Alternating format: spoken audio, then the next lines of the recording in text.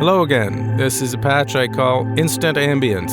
It's an incredibly simple patch that I'll walk you through later on in this video. I'll also soup it up and give you a couple more patch ideas, but I'm going to let you in on a secret. It's really just all about the reverb. So let's hear it without any effects at all.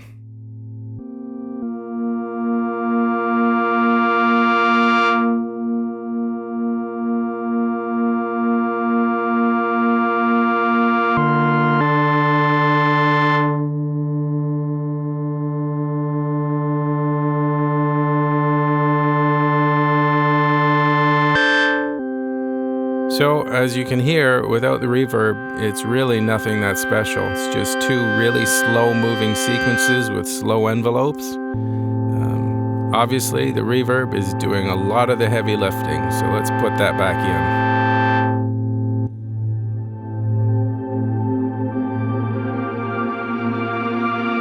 in. That's better. I'm using an Eventide H9 pedal with the Blackhole reverb algorithm from the Space pedal. I'll talk about a few alternatives to this reverb if you don't have an H9 later, but really all you need is a good digital reverb. Digital seems to work best for this, with long decay times and maybe a bit of modulation. But really the big secret is to cut all or at least most of the dry signal out. So right now we're just listening to the full wet signal of the Blackhole algorithm. Wow, listen to those reverb tails. Great. Okay, let's take a look at this patch. Just undo these for a second. Okay, so I've got the clock output here patched into the trigger input. So what that's doing, if you turn off the EG button over there, it means the envelopes are only triggered by the clock, not the sequencers. Lastly, I've got the cutoff being modulated by the sequence 1.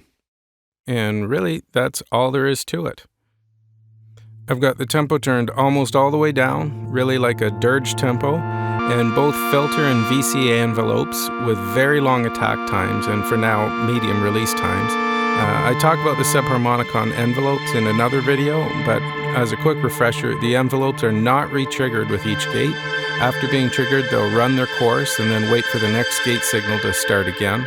So you'll be able to get some variation in the sequence as well as a nice filter and volume swells. That really is all there is to this patch. Just dial in two sequences you like, add some reverb, sit back and enjoy. Okay, let's have another quick listen to this H9 algorithm. If you don't have an H9 pedal or don't want to spend a ton of money, the good news is Eventide has released a plug-in version of the pedal algorithm and it sounds identical.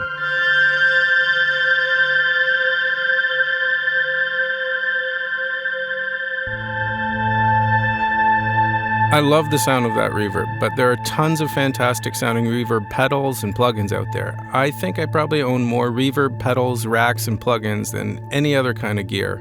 But one free alternative is the amazing Supermassive plugin by Valhalla.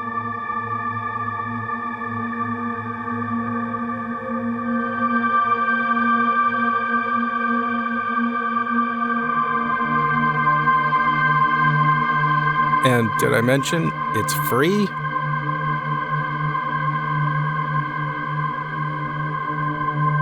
Sometimes it's fun just sitting and listening, but I always prefer more interactive patches. Let's take a look at how to soup this up. Okay, I've got my Subharmonicon back at home in its rack, but before we do anything, let's take a look at the sequence out CV. So I've got a mult cable plugged into a scope and into the cutoff. Let's take a look. So the trace on the scope is the sequence CV out. As you can see, there's really not that much movement. Let's speed it up. Maybe we'll see it better. Okay, now we can see. Yeah, very little change. That's because the sequence CV is quantized.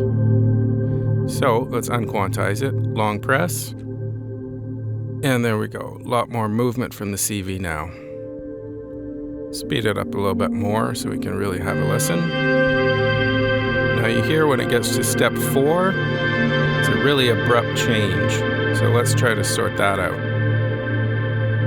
I'm going to take the sequence out, plug it into channel 1 of maths right here, out of channel 1 into the scope. And with these rise and fall knobs here, we're going to add Slew to our sequence CV, sort of like portamento for pitch, just gradually smooth out the transitions. Oh, got to patch this into the cutoff.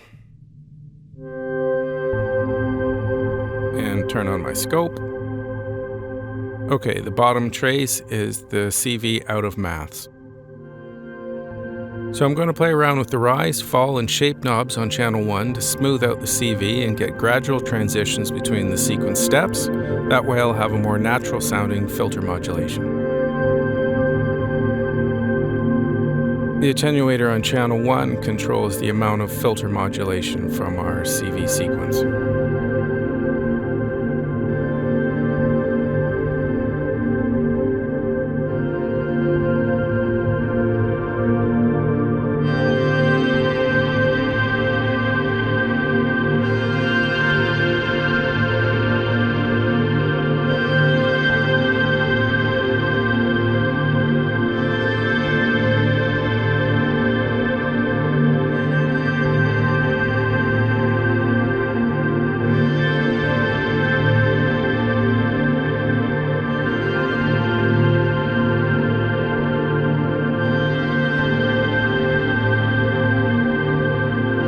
Great. I think I'll stick with that for now. Sounds pretty good.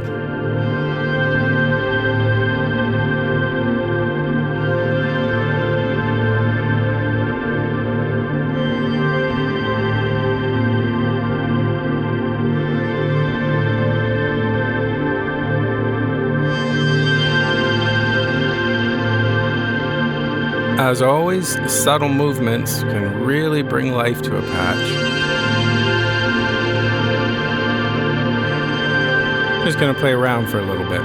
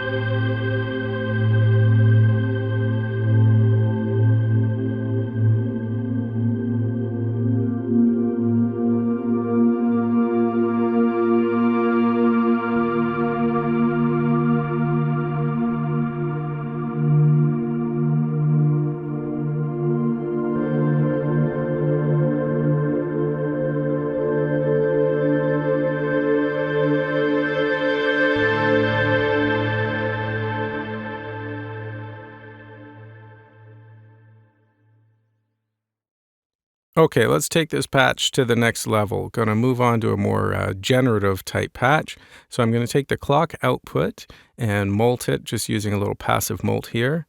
And the molt is going to the clock input of a random CV generator off screen. And I'm going to take a molt cable to our scope and out of the random CV generator into channel 4. The top trace on the scope is our random CV out, and I'll plug this other cable into the wave out of channel 4, unattenuated wave out. And from there, we'll go into, let's modulate the rhythm of one of the sequences. Let's try rhythm 4 here, and I'll just set sequence 1 to rhythm 4. Oh, that's a bit too fast. I'm not crazy about that. Let's try rhythm 3 instead.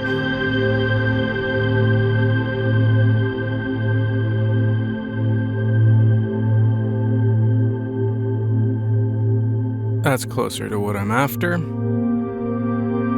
So the rhythm on sequence 1 is now randomized.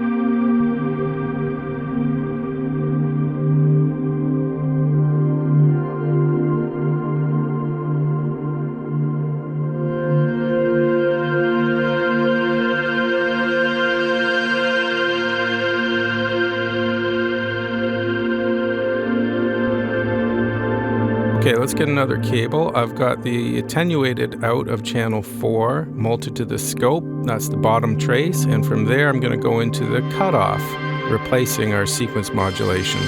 Attenuator controls filter modulation amount. And with rise and fall, we'll add Slew to the random CV.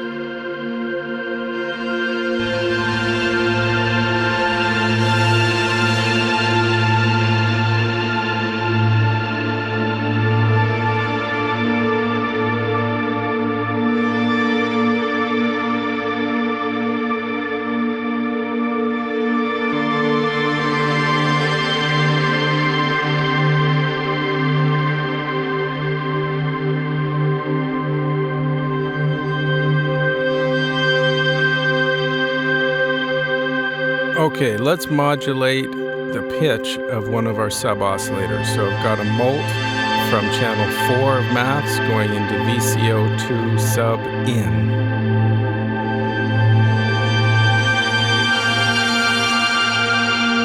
If the sub-frequency knob is high, we're going to get very little pitch change. But you can still hear it.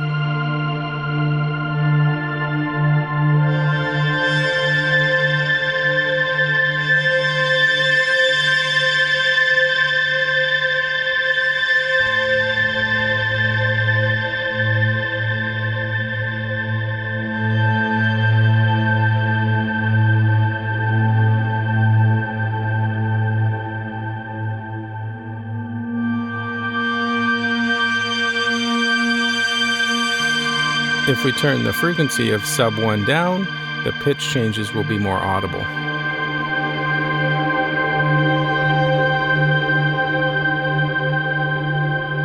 Now you can hear the sub-oscillator running through the subharmonics. Spooky.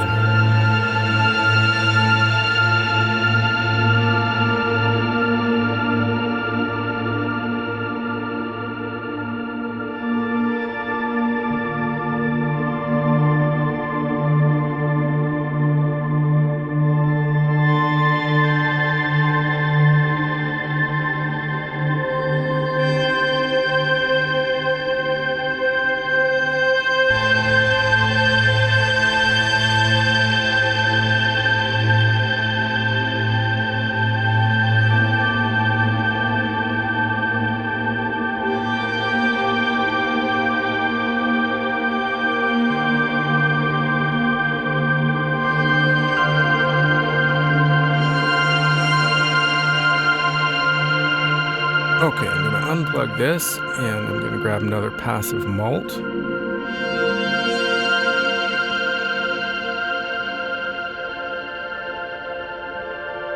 Plug the mult back into channel 4, and this cable's short, so I'm going to replace the one going into rhythm 3 and take this other cable and patch it into rhythm 2.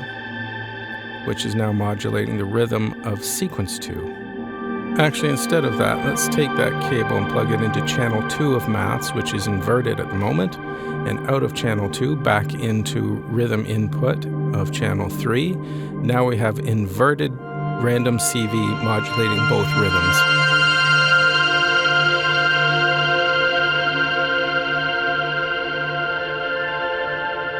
And now we're well on our way to a more generative patch.